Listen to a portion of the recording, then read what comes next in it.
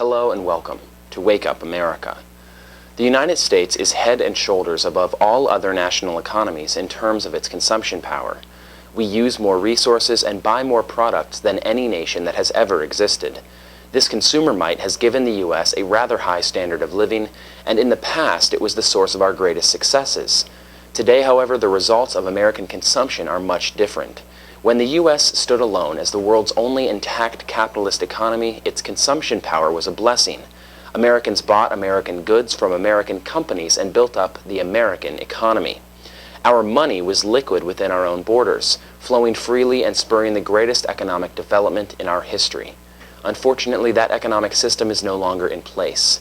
Americans today still purchase huge amounts of goods and use huge amounts of resources, but increasingly those goods come from overseas.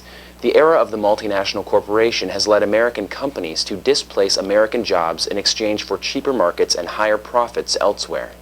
The result is a flood of millions of well-paid jobs out of the United States into eager economies around the world.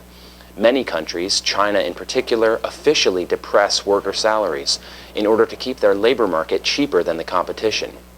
The worst offender on the global scale is China, but nearly every country in the world is doing something to give itself an artificial labor advantage. They do this because when you control the jobs, you control the market, and in the end, all the profits trickle up to you. When Americans bought American goods, it spurred the development of our economy. When we buy goods from overseas, it spurs the development of everyone else, while siphoning away generations of wealth built up in this country.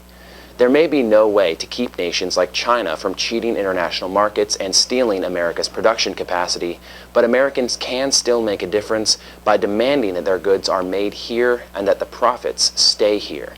Maybe there is no way to bring back toys and textiles, but there is also no excuse for the dominance of Japanese cars to the detriment of highly paid UAW union employees and workers in Detroit.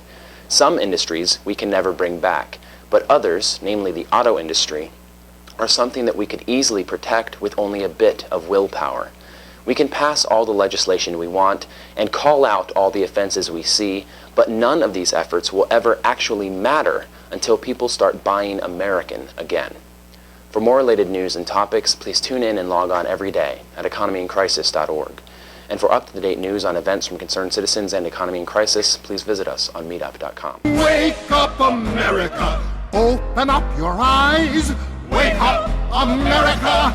Wake up!